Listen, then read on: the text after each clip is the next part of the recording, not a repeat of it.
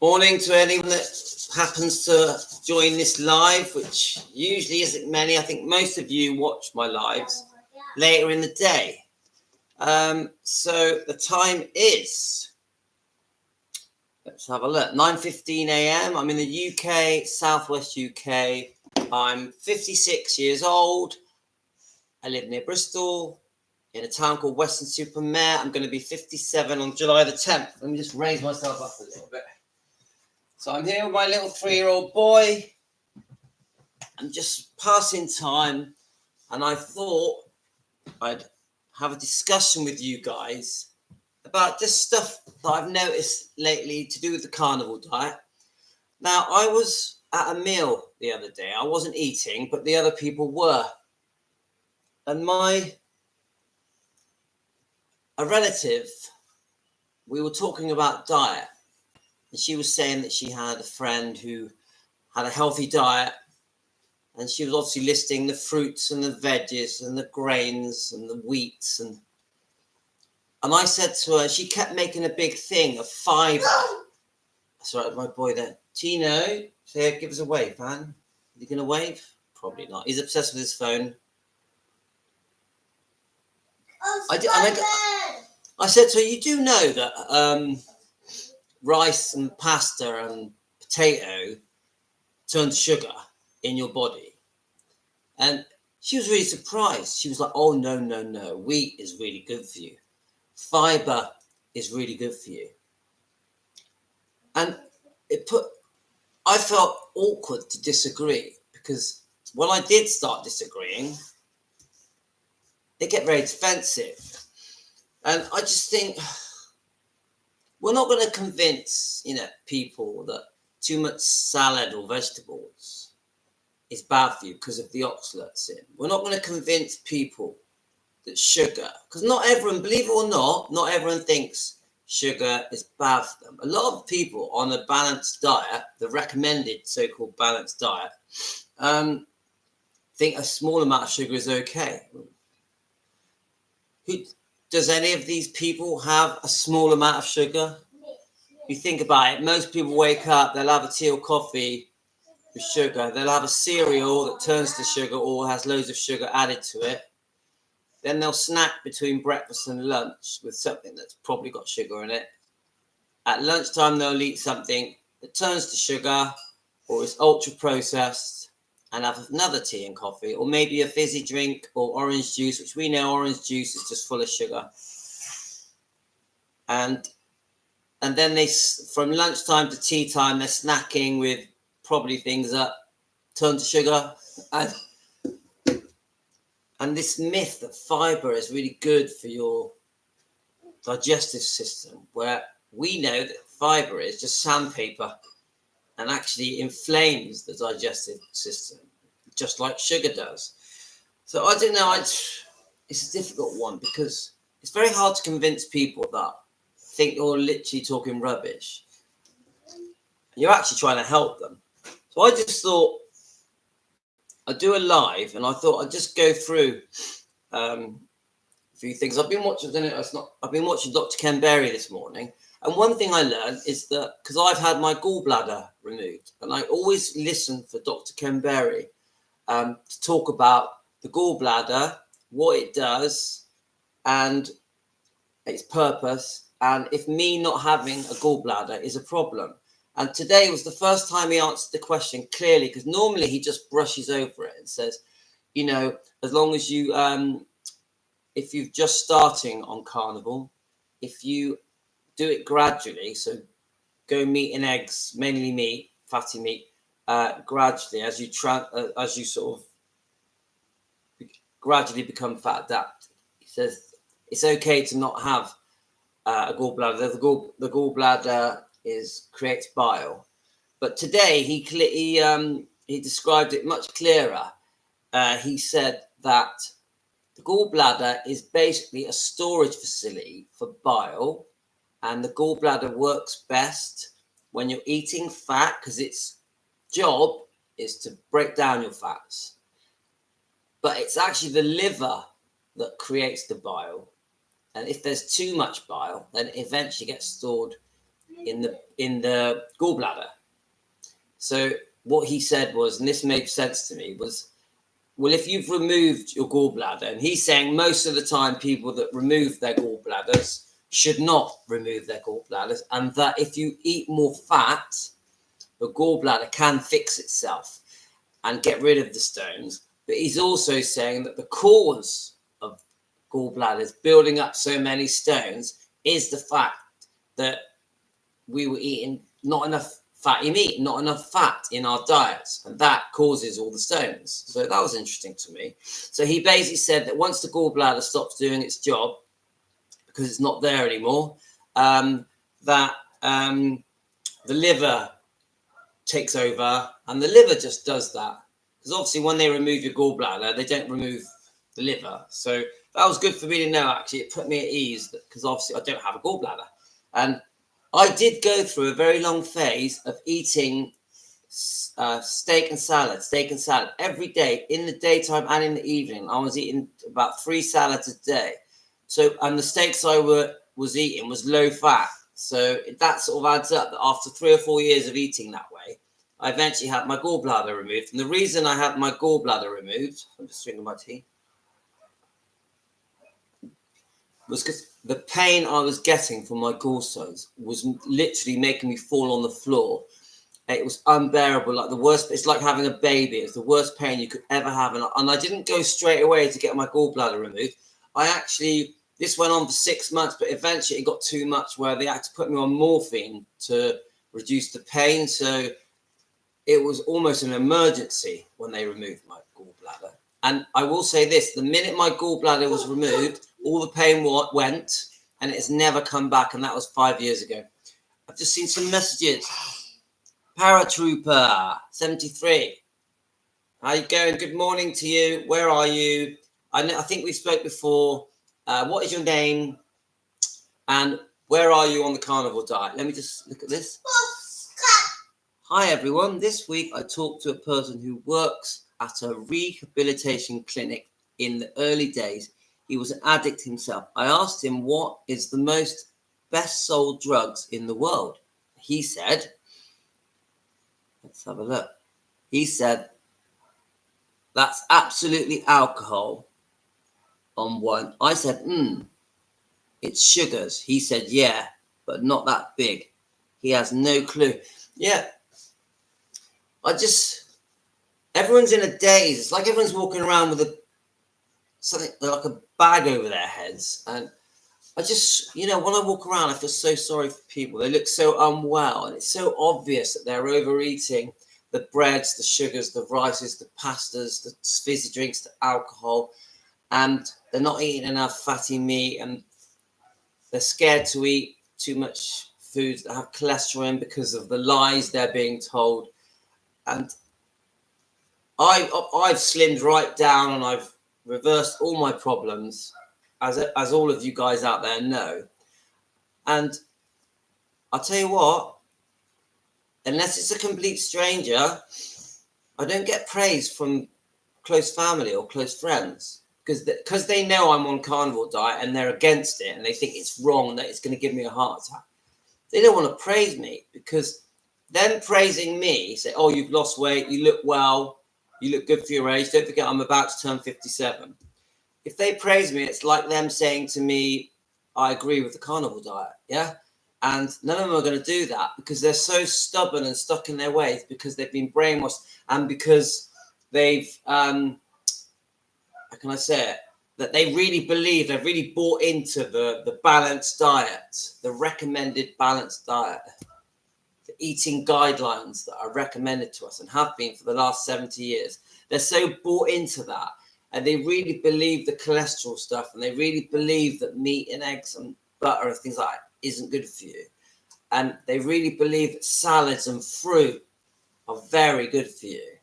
That as soon as you say the opposite, they want to tell you where to go. That's the truth of it. I am fine, thank you, from the Netherlands. Tell me your name. Remind me of your name. In the Netherlands. So one of the, I'm not exactly sure what I'm going to talk about on this live, but I did want to, the relative I spoke to, she specifically was making a point on wheat. Now, I wanted to tell her, hello, Carmen, nice to meet you. And I wanted to explain to that woman why wheat is bad. Now, I know wheat turns to sugar, but I still thought, when she said it to me, I thought I need to understand. When I disagree with people, I want to tell them why. So I'm just going to do it now. We're going to learn together, I think. Why is wheat? No. We'll go, what is wheat made from? Well, we know it's made from wheat. I'm just going to put it in to see what comes up. What is wheat? What is wheat? We'll just do that, yeah?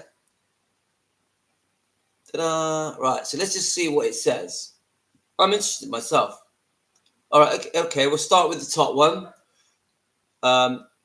What is typically milled into flour? No, wheat is typically milled into flour, which is then used to make a wide range of foods, including, let's have a look, bread, crumpets, muffins, noodles, pasta. Now, how many people, if you told them that wheat makes pasta, would know that? I don't think many. Biscuits, cakes, pastries, cereal bars, sweets, savory snacks, food, crackers, crisps, breads, sauces, confectionery. Now look, I've just listed to you a bunch of toxic foods that are poisonous, that will just damage you and inflame you, cause inflammation in your system. And let's keep looking. What is wheat defined as? A cereal grain that yields a fine white flour used chiefly for breads, baked goods, cakes, crackers. We just read that, pasta, macaroni, spaghetti. And it's very importantly, it's used in animal feeds. Right, here we go. What is wheat made from? What is wheat made out of? On average, a kernel of wheat contains 12% water, 70% carbohydrates, which is sugar, 12% protein, 2% fat. See, I didn't know that. I didn't know wheat had a bit of protein in it. 1.8% minerals and 2.2% crude fibers. And it has a very tiny amount of vitamin A. Okay, I'm learning.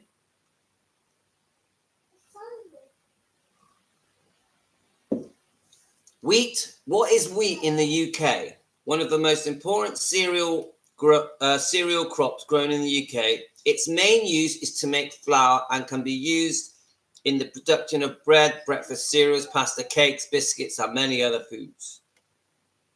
Here we go. Let's keep going. Are oats wheat? Are oats wheat? Many people think oats come from wheat, but this is not the case. While oats and wheat are both come from a cereal grain in grass, they're of a different species. Oats are gluten-free, so they're safe to eat for those with a gluten allergy and gluten intolerance. And actually, this is one of the... Hello. Hi, Yasmin. This is my 7-year-old daughter, Yasmin, and they're starting to wake up now. And behind me is Tino, and he's 3, and they love food. They wake up. So this is part of the conversation I had with the relative at the meal. And they were talking about my diet. I was explaining to them that it had reversed my prediabetes, that it had stopped my ulcerative colitis, which I'd had for 15 years. And then she was coming out with words like, oh, you must be gluten. Can you just let the dog out, please? Woo! Thank you, Yasmin.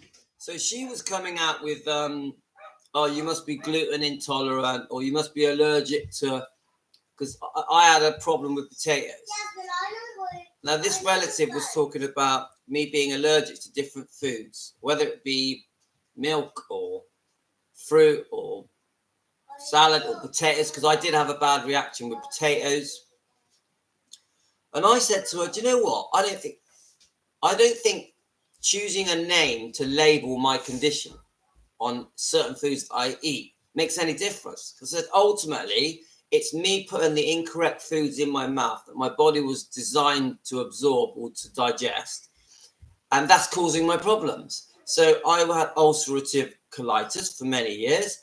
The minute I stopped eating all the sugars and the wheats and the seed oils and the margarine and potatoes, and I massively reduced my carb intake, because I still eat a tiny bit of salad, tiny bit of fruit, but not much. Stopped any fizzy drinks, stopped any sugary drinks. My ulcerative colitis disappeared. My going to the toilet problems completely stopped. I started losing weight. As soon as I started giving my body the correct food, so fatty meat and eggs, just drinking water and salt, etc., I'd started to default back to my original setting, which your body's always trying to reset, isn't it? So when you give it the right foods, and it will boost the immune system, everything starts to work correctly. So what I was trying to say to the mum is, actually, it was my wife's mother, was you can give me names. You can say I'm gluten intolerant, or I'm allergic to this, or I'm allergic to that, and give each allergy a name. I said, but the truth is, I just need to put the right stuff in my mouth, eat the correct foods, and then it doesn't matter what you call it. Yeah. So what I was trying to say is that the problem isn't giving something a name or a label on the reason I became unwell on certain foods. The problem is, stop putting the foods in your mouth that you shouldn't be doing. You should stop putting the incorrect things in your mouth. When you put the correct things in your mouth, your body goes back to normal, and you've got no illnesses. You don't have high blood sugar, high blood pressure. You're not feeding your body with stuff that is going to just make you feel tired and unwell and low energy. And so then I started thinking, oh, I'm going to go look into this a bit further, because the other thing she said to me was fiber is really good for you. Now, we know why people say fiber is good for you, because they say that the roughage in fiber that goes through your digestive system cleans your digestive system and also slows down your digestive system. And that's really good for you. Now, I think that's complete garbage, complete rubbish. Yeah? So let's put in the word fiber. Fiber. What is fiber? What is fiber? Okay, let's just see what it says. Dietary fiber or roughage is a portion of plant-derived food that cannot completely be broken down by the human digestive enzymes. Dietary fibers are diverse in chemical compounds. Now, I think, as far as I know, that your body can't digest fiber at all, but I'm going to keep going. What is fiber? Dietary fiber is found in whole grain cereals and fruits and vegetables. Fiber is made up of indigestible parts of compound plants which pass relatively unchanged through our stomach and intestines. Yeah, and I thought that. Pass through relatively unchanged and through our stomachs and intestines. Fiber is mainly a carbohydrate. The main role of fiber is to keep the digestive system healthy. Come on. That's ridiculous. I personally think the fiber was a big part of my problem, because I think it was causing inflammation in me. And I know that if I've digested a lot of fiber, I don't want to sound rude, but I will fart regularly, including through the day and through the night. And my poos, sorry, it sounds so crude, will be stinky and smelly and large. Now, how can that be normal, that when you have fiber and fruit and veg, and that pooing and farting all the time is normal? It definitely is not. And it will also increase the amount of times I'm going to the toilet. So, and I don't think your poo is supposed to stink. And so I know this. I'm on carnivore diet, sometimes low carb, but really carnivore. And my poos don't smell anymore. I don't constantly fart. And in fact, I almost never fart, and I'm only pooing every other day. Whereas if I start eating fruit and veg it's not nice. You get what I'm saying? I'm in the 11s too. Well, yeah, 1 year on Carnivore. Well done. Congratulations. So we're very similar because I think I'm approaching 11 months on Carnivore.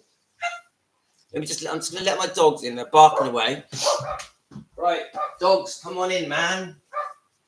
All right, that's enough now. Come on. I got 2 Jack Russells and they like barking at the neighbour's dog.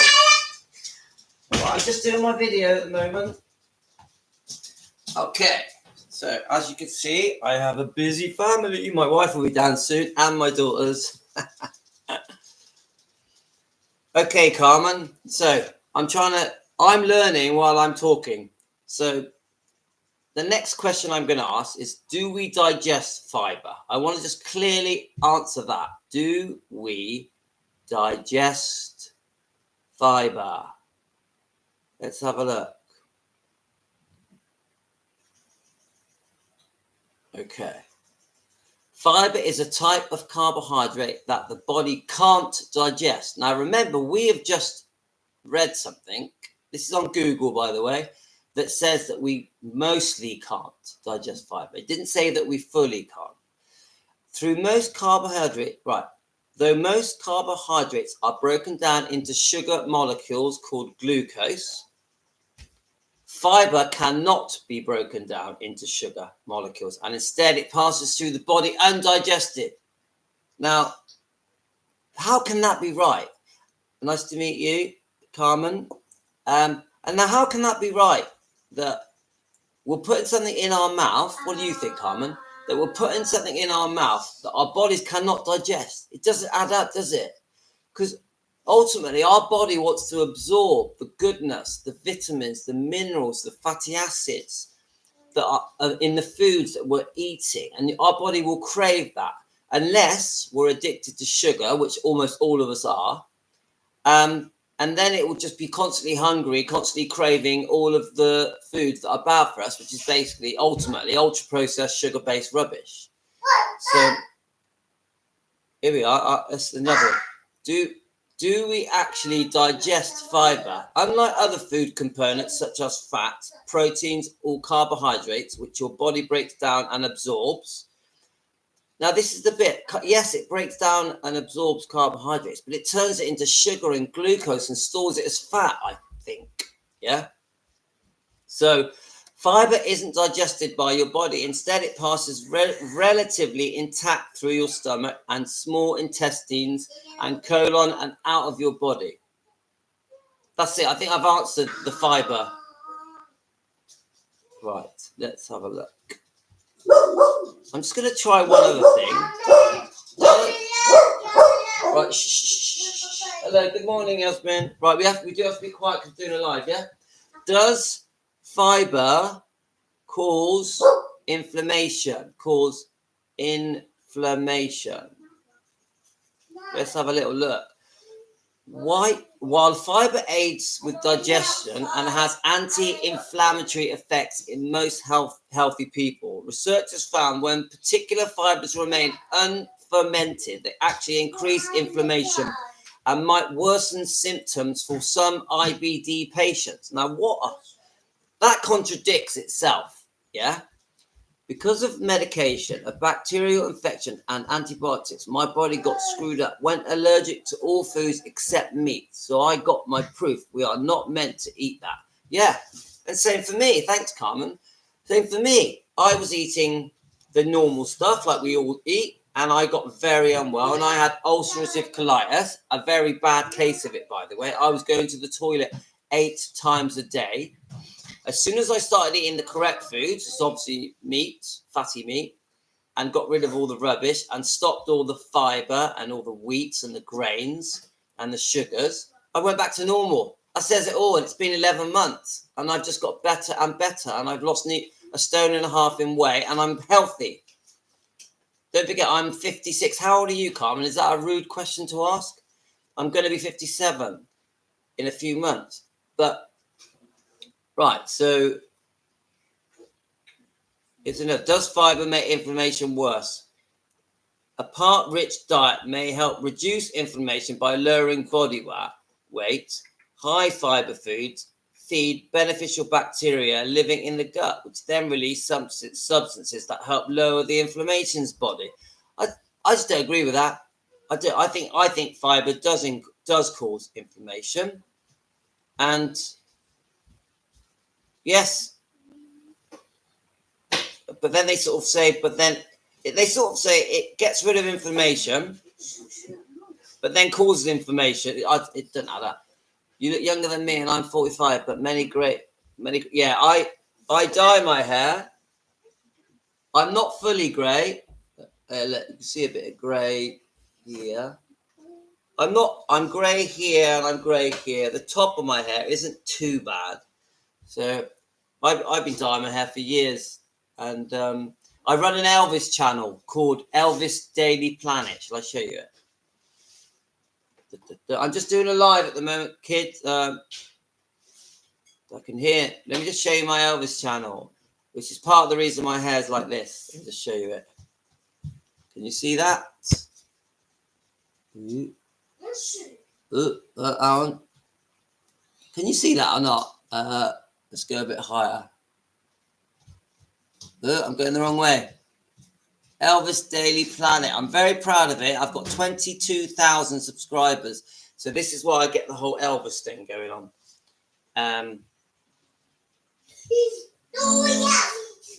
DC, okay, right. So DC, I've spoken to you before, haven't I, DC? What is your name again, and where are you from? Oh no, it's all right. Okay, you've already told me. Yeah. So you're in the Netherlands, 1 year carnivore, and just tell me your name again, DC, because I've forgotten it. Anyway, let's keep going. This is Yasmin. Does it say hello? Hello. Say hello to. Move a bit nearer to me. They can see you. So we've got Carmen, and we've got DC. DC's in the Netherlands. Right, Carmen, just remind me where you are again. Do you know what? My memory is terrible. The carnival diet hasn't improved my memory. Right, so we're still going through this. Let's go a different way. We're going to talk now. We're going to move on to sugar. Right, let's have a look at sugar. So I think we've had the wheat topic, we've had the fiber topic, and now we're going to have the sugar. What foods turn to sugar? Oh, I know. Go on then. Bread. Yes. Pasta. Yes.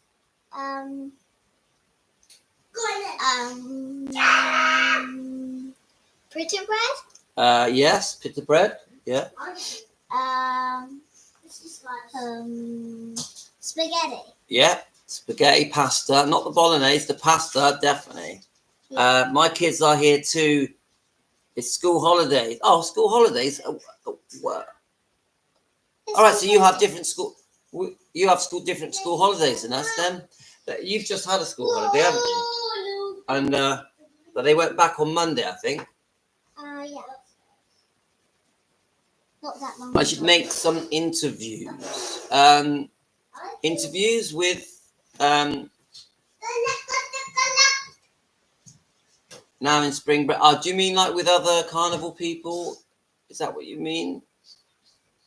Right. So, let's have a look. What foods turn into sugar? Here we go. Potatoes, pasta, rice, beans. It's simple. Sugar called glucose. Sugar consumption can become an issue when we eat too much of the stuff that's added to processed foods, and when we put too much in our natural foods that we eat. Let's look. Right, I want to look at. There's a list here. Look. Anyone with diabetes might be surprised to learn certain foods minimally impact sugar levels, including carrots, high fiber grains, bran cereal, potato, cottage cheese, lentils, strawberries, and raspberries. What are the foods to avoid sugar? Right, here we go. Honey, corn syrup, brown rice syrup, dairy, fruits, coconut, sugar. What are the worst foods for blood sugar? dairy products, red meat, sweets, added sugars, sodium, salt. Well, salt's really good for you, so I'm sorry I don't agree with that. Highly processed food. Some additional guidelines include focusing on seasonally produced, reading food labels to help you avoid sodium and sugar. But I definitely don't agree with avoiding sodium. But yeah, we know that it's better if we are going to eat. If you go on the keto diet, if we're going to go on the keto diet, yeah, eat the seasonally produced foods. This is good advice, I think, because I think plants, if they're going to be eaten, should be eaten when they're fully ripe. Here we are. Let's go through some of these. Are bananas high in sugar? One medium banana. Dad, Yes. that's how you do it. Yeah, you just bite it like that. Just bite it. Just get one out and bite it. Because I got to No, finish. I can't. Yeah, okay, I will, but I'm going to finish this video first. You want me to take one out? There we are. Look, fiber. This is a fiber bag that gives you some vitamins. But I'm not cutting anything because I'm doing this video. Ta-da! Carnivore. My kids are not carnivores, but they do eat a lot of meat. You like what's your favourite meat? Lamb. Lamb ribs, pork ribs.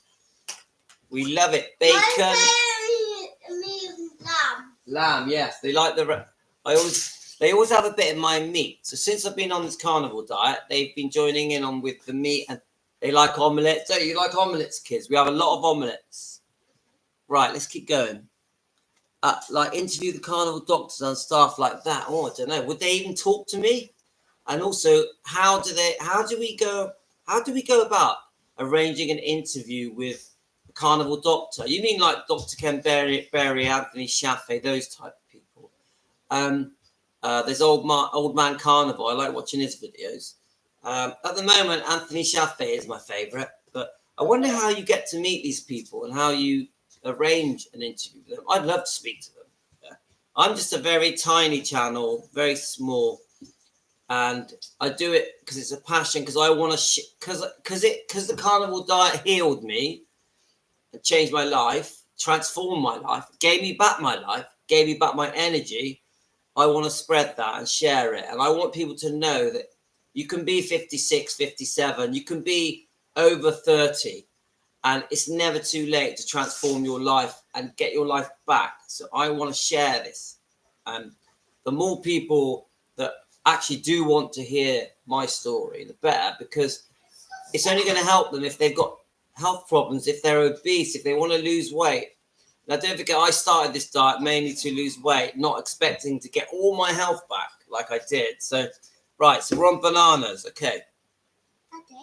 One medium banana, 29 grams of carbs, 112 calories. The carbs are in the form of sugar, starch. See, a lot of people don't know that starch is sugar and fiber. So you basically got a bag of fiber that's got some sugar in it, starchy sugar. A medium banana contains 15 grams of sugar. Bananas do contain simple carbs, which can cause blood sugar levels to rise more than other nutrients. Now, this is another conversation I had with the relative that was disagreeing with me. She thinks orange juice is good for you, and she keeps orange juice in her fridge. Every time we go there, there's 2 very large cartons of orange juice. And I said to her, you do know that orange juice is extremely bad for you. It's full of fructose and sugar.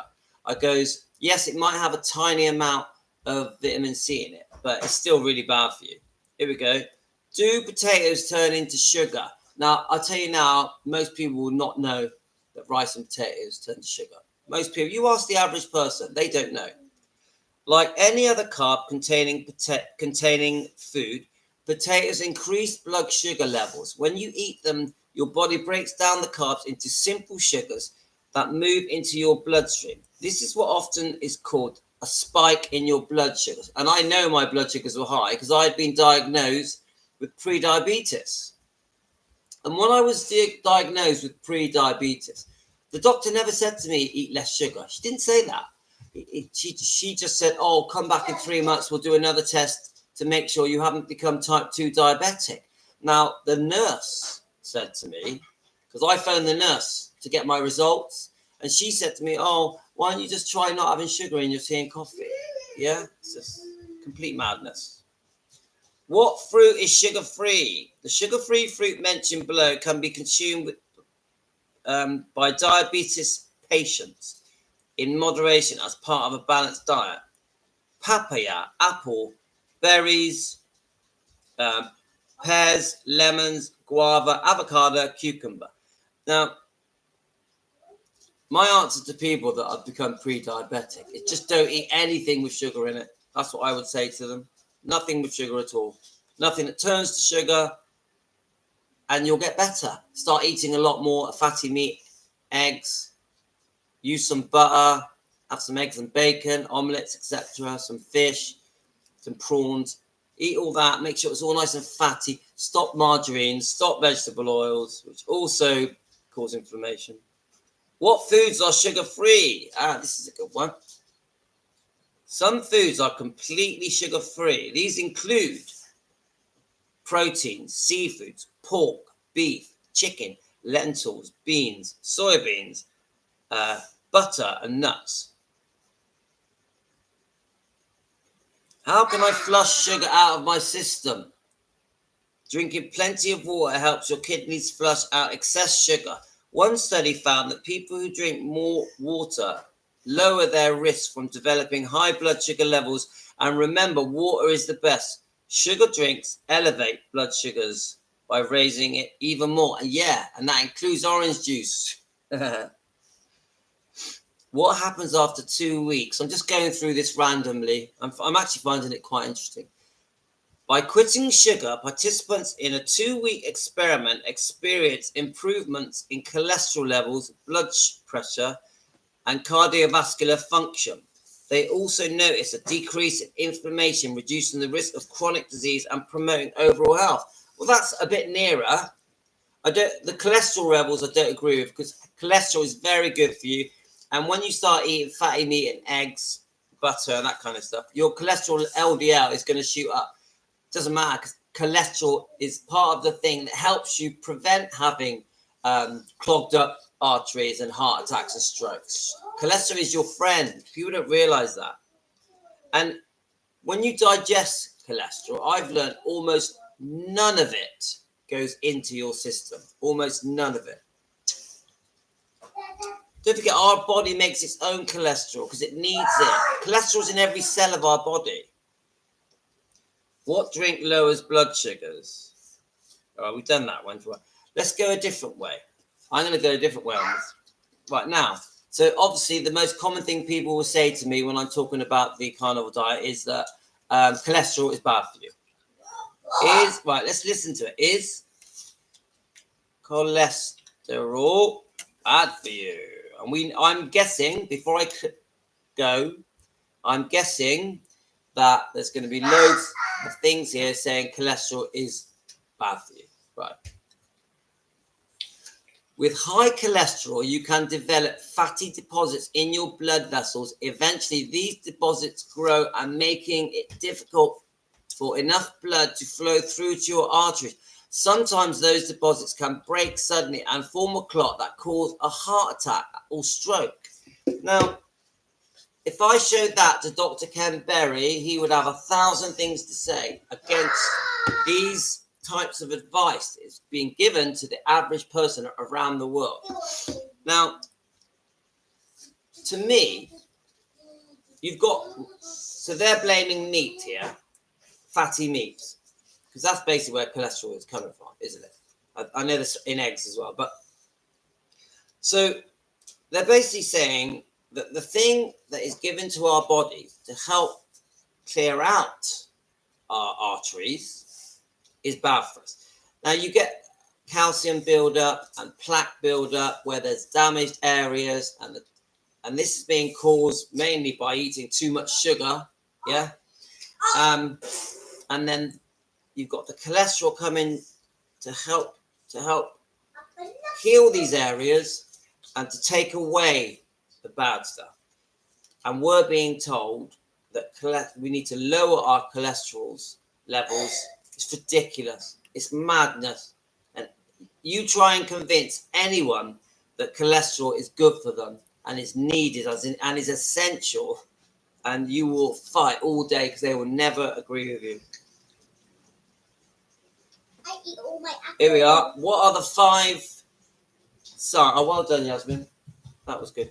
What are the 5 signs? Because I think when they're that age, if they have an apple, it's not the end of the world. But what are the 5 signs of high cholesterol? You develop systems of heart disease, stroke, or atherosclerosis. In other words, blood vessels such as left-sided chest pain, pressure or fullness, dizziness, unsteady, slurred speech, or pain in the lower legs. Daddy. And they're blaming cholesterol for this. It's ridiculous. Daddy. What food should you stay away from? High in cholesterol. Oh, this is a good one. Hello, beautiful. Dad. Yes, there's a few in there. You might want to warm them. Right. Let's have a look. There's only a few in there. Just not long. Just count to 10. Yeah, do the whole lot, and you can share them. Right. Obviously, kids will argue if they both are not allowed to both have the same thing. Right. The worst foods high in cholesterol, given their high in saturated fat content, include. Now, these are the worst foods. This is on Google, and it's the dietary guidelines of the Heart Foundation, I think. Red meat, like beef, pork, and lamb, as well as processed meats like sausages, are bad for you. They're high in cholesterol. It's funny. It is actually funny. Right.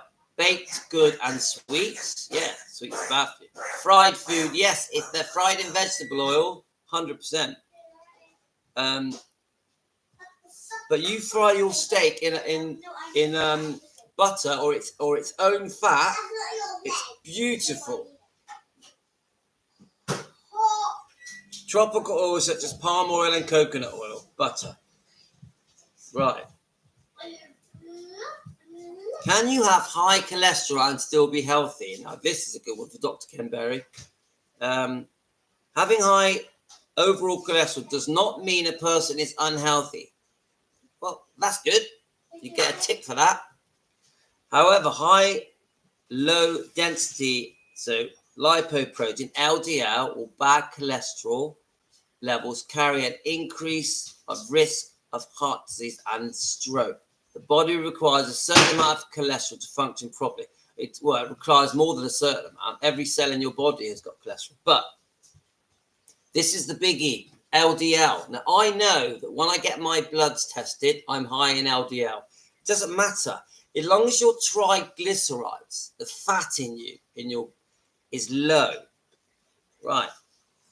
So all this LDL, guys, is rubbish. Don't listen to it. It's bull. We've been getting told this for 70 years based on unfounded studies that were fake, that were doctored, that were altered.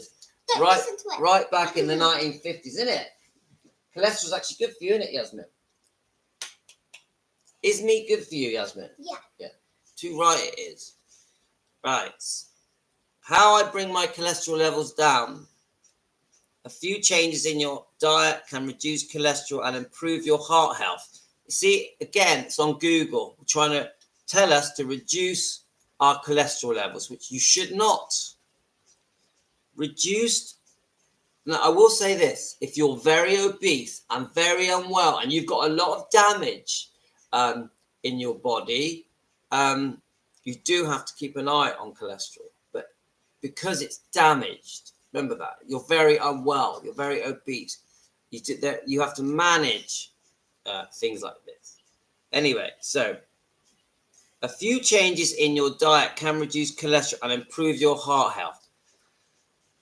Reduce saturated fats. Saturated fats found primarily in red meat and full-fat dairy products raise your total cholesterol. Yeah, they do.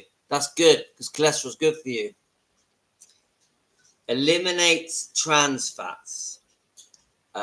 Eat foods rich in omega-3 fatty acid. Increase soluble fiber. No, don't increase your fiber.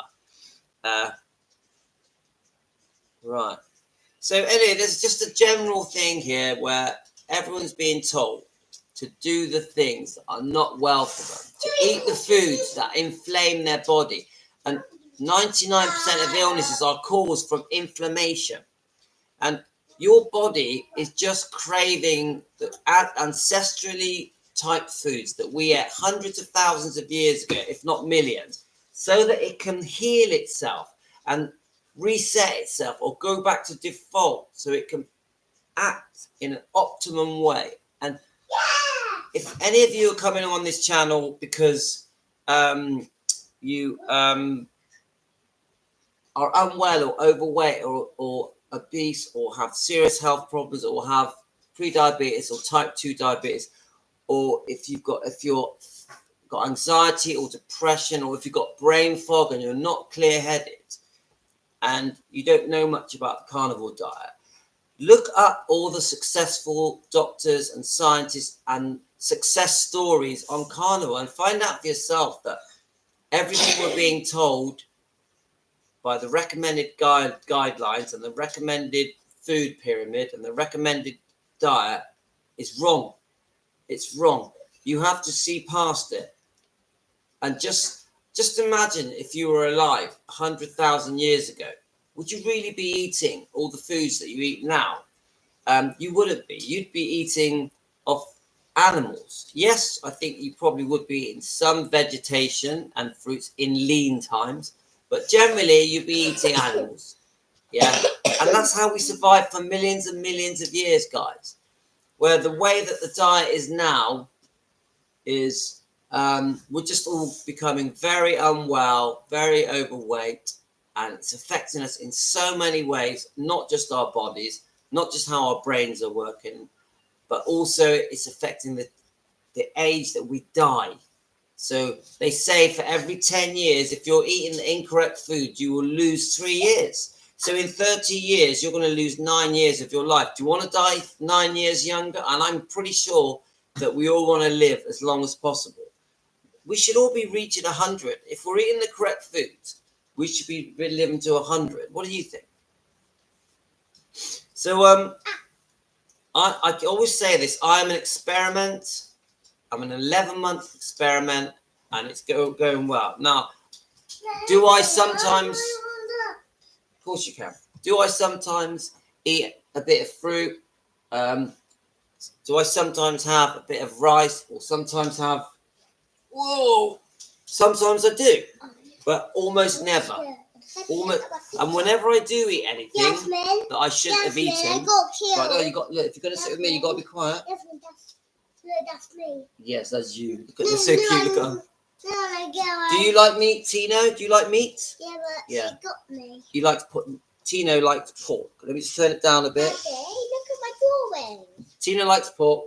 Yasmin likes lamb. Tino likes pork. No, I like lamb. No, he likes lamb. Tino likes the lamb bones, but he also likes... You like omelette, don't you? He likes egg. He's always liked egg since he was a baby. So even though they do eat a bit of everything, I do try and get them to eat the foods that I think is good for them. I try to get my wife to eat the correct foods. Now that's difficult.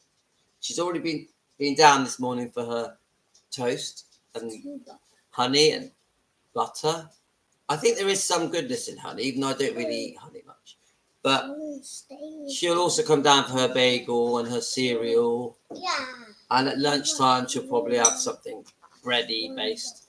But my wife, because of my carnivore diet, she does eat meat with me every night. Because every night I have... Actually, no, my wife eats twice a day. She'll have eggs. No, she'll have bacon for lunch, which she never used to. And in the evening, we have pork bellies and lamb ribs and sometimes ribeye steaks. So my wife actually is eating some really good food now and has been for quite a long time, and she's noticed the weight loss because of it. But she will also eat right, okay, that's enough now. She will also eat a lot of pizza and she'll eat a lot of bread. Right, no, we have to be quiet. See, if you give your kids too much meat, they become wild and animals and rah. So It's a monster. Right, I think it's getting a bit noisy now, so we may have to go. So the gist of my life today, it's just me passing time really with you guys. And I know many of you will watch this later in the day or tomorrow. The gist is we've got an uphill struggle trying to convince people that what's being recommended is harming them. I'm going to have to go. I've finished now. So I'm going to have to go now. Thanks, guys. And have a great day. And I hope my kids weren't too annoying for you, but they've been quite funny, to be honest with you. And if you're on the carnivore diet, keep it up. It will transform your life. And if you're not, give it a try. Let's give him a wave. Tino, give him a wave. Bye. Tina's not going to. Bye. You're welcome, Paratrooper. Carmen. Bye, Carmen. Say bye, Carmen. Bye, DC. Bye, DC. Bye, DC. Wait, Dad, how did you stop it?